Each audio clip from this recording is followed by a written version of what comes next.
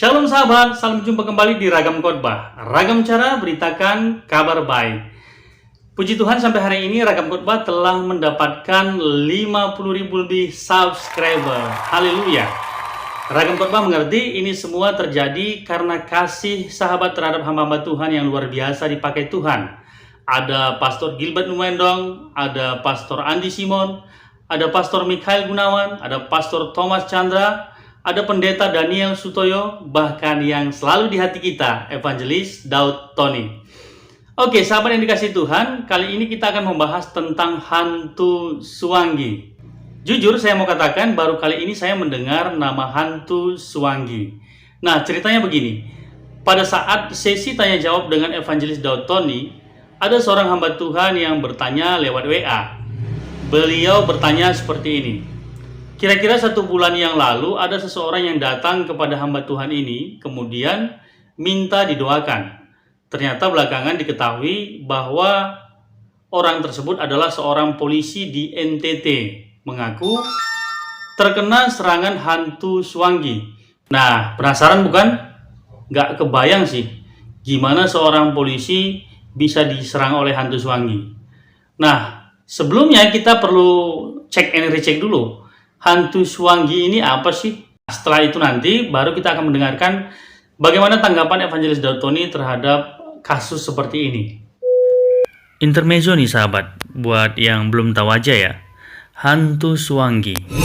Kata Suwanggi dalam Kamus Besar Bahasa Indonesia artinya burung hantu. Legenda hantu Suwanggi menjadi cerita misteri yang konon masih sangat ditakuti hingga kini loh sahabat kan. Wow. Pasalnya, menurut mitos yang beredar, hantu Suwanggi mampu melacak orang-orang yang tengah membicarakannya. Ups, gimana ya dengan kita? Kita sedang bicarakan Suwanggi kan? Suwanggi akan mendatangi orang tersebut pada malam harinya. Menurut masyarakat Papua, Suwanggi konon memiliki bentuk seperti bola api yang bisa melayang-layang di atas atap rumah warga. Bahkan bola api tersebut dipercaya bisa membunuh orang loh sahabat.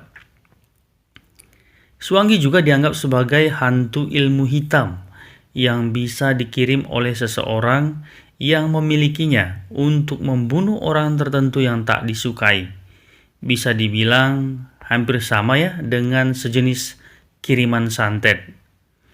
Namun kabarnya Suwanggi juga bisa mengubah wujudnya menjadi sesosok hantu wanita dengan wajah yang sangat menyeramkan. Sosok yang begitu ditakuti juga konon memiliki kemampuan untuk membunuh manusia, baik dari jarak dekat ataupun jarak jauh.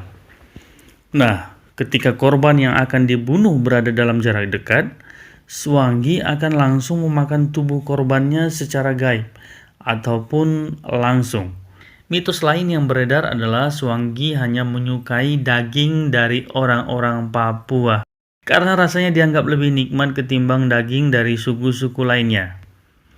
Maka dari itu, Suwangginya di dalam iman Kristen.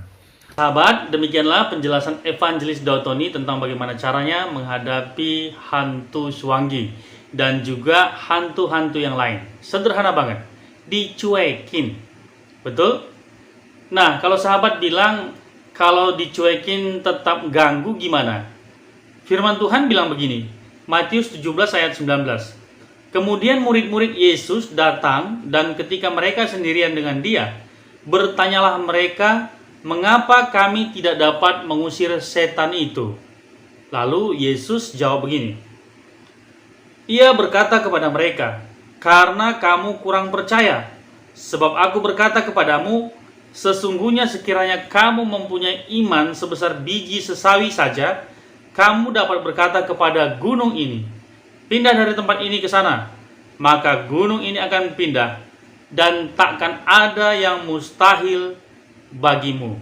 Intinya, percaya. Amin.